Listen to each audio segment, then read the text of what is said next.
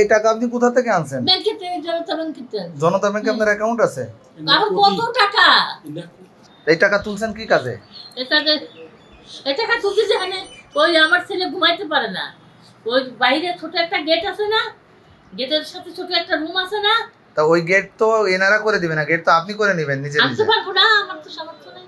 এই যে আপনার টাকা দিয়ে মিস্ত্রি এই খরচ, টাকা দিয়ে আপনারা মিস্ত্রিদের দিয়ে কাজ করায় বন্ধ, গেটটা লাগাই দেন। আমার কিছু ওইটা বুঝি না, আপনার কামে হাত দিয়ে মরবো নাই।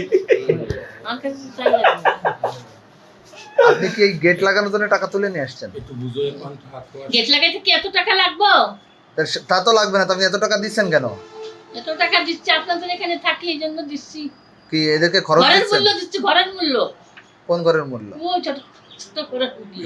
ভারসাম্যহীন একজন মহিলা টাকা নিয়ে ইউনো অফিসে যায়। ইউনো অফিসে যাওয়ার পরে ইউনো তখন ছিল না।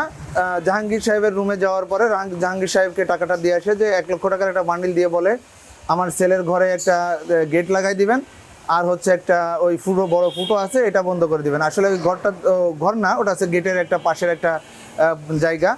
এভাবে তাকে অনেকক্ষণ বোঝানো হয়েছে যে টাকার প্রয়োজন নেই, আমরা আপনাকে ফ্রি ঘর দেবো বা ফ্রি ব্যবস্থা করে দেবো। সে কোনোভাবেই শুনে নাই, টাকাটা সে রেখে গেছে। তারপরে আমি সহ বা আরও কয়েকজনে মিলে সিদ্ধান্ত নিয়েছি যে টাকাটা আপাতত থাকুক, ইউনো মহোদয় আসার পরে তার সঙ্গে কথা বলে আমরা সিদ্ধান্ত নেওয়া যাবে যে এই টাকাটা কী করা যায়। তো এরপরে আমি চলে গেছি আমার কাজে।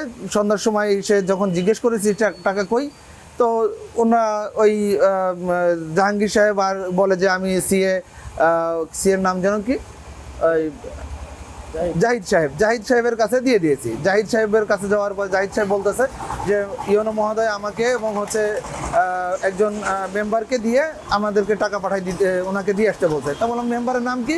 উনি মেম্বারের নাম বলতে পারে না। বলে যে তা টাকাটা কি দিয়ে আসছেন? তা বললো যে টাকা আমি গিয়েছিলাম সাথে, উনি টাকা মহিলা টাকা রাখতেছেনই, আমি মেম্বারের কাছে টাকা রেখে চলে আসছি। এরপরে আবার আরেকজন কেউ শুনতে গেছে, তাকে বলছে যে টাকা ভাগ বাটোরা হয়ে গেছে। সিরাজ ভাই বলতেছি যে পাগলের 1 লক্ষ টাকা আপনি কার কাছে দিয়েছিলেন ইউনো অফিসের?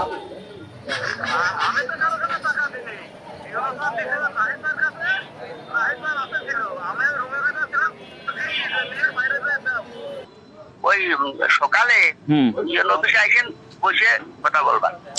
টাকাটা কার কাছে? বিস্তারিত বলবা না। টাকাটা কার কাছে? টাকাটা কার কাছে তা আমি কি করে বলবো? তো টাকা কার কাছে আপনি জানেন না? ওই তো সকালে বলবা না বিস্তারিত। ওকে।